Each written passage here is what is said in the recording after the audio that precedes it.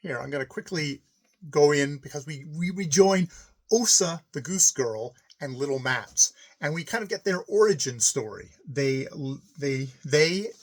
mother, father, and four other brothers and sisters all lived in Smallland, poor but happy family. They were poor but not poor. Worked hard together every day. Father was very jolly, and an old vagabond woman ends up kind of on the heath where they are, and she's sick, and they take her in and they tend to her, and she's like really kind of foul tempered, no word of thanks.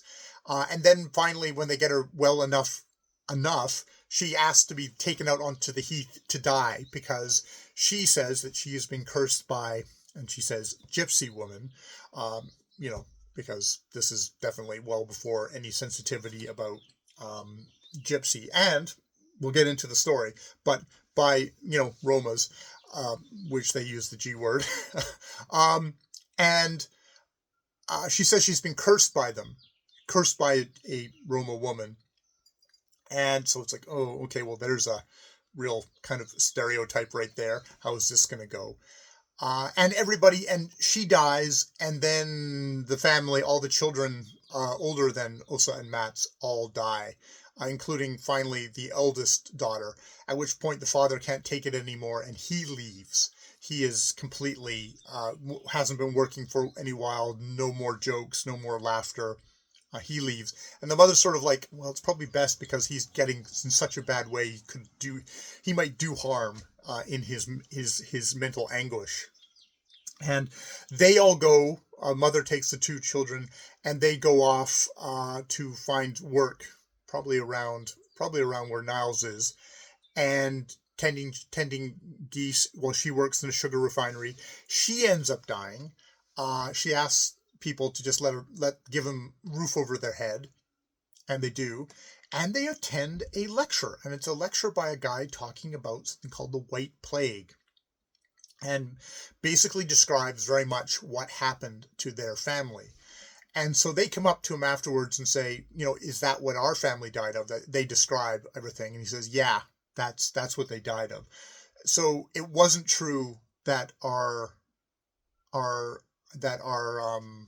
family was kind of cursed by taking in this woman by an act of kindness. This is a act of kindness which really kind of vexes both the mother and father, because especially the father, of saying, like, how can be doing something nice bring such evil? Like, evil, how can evil have such power over goodness in this world?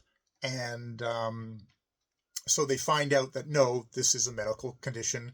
There was things that they could have probably done to hopefully try and prevent it, to protect themselves, that they wouldn't have died, which is, sucks. But it's like, this isn't evil.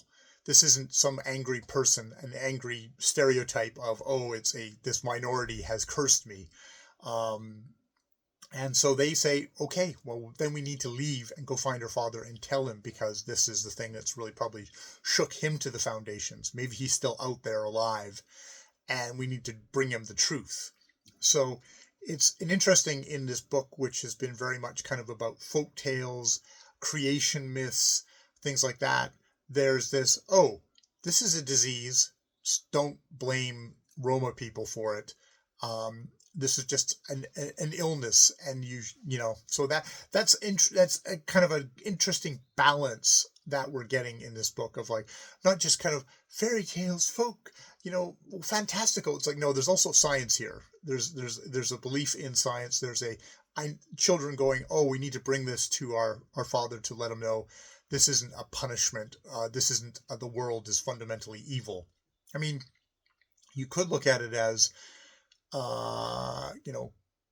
it's removing more the kind of the good evil deities from the thing. Like, why does God let bad things happen in the world? It's like, well, God isn't really there. Just the world is, and things happen, and they're not immoral. We bring morals to things, but the universe itself isn't a moral place. It isn't an immoral place. It's amoral. It's without morals. just an interesting thing to have. That's my read on it. In this, it'll be interesting. I've read about half of Osa and Matt's story, but I figured I'd stop there, and then I can get to the rest of it tomorrow. All right, more videos later.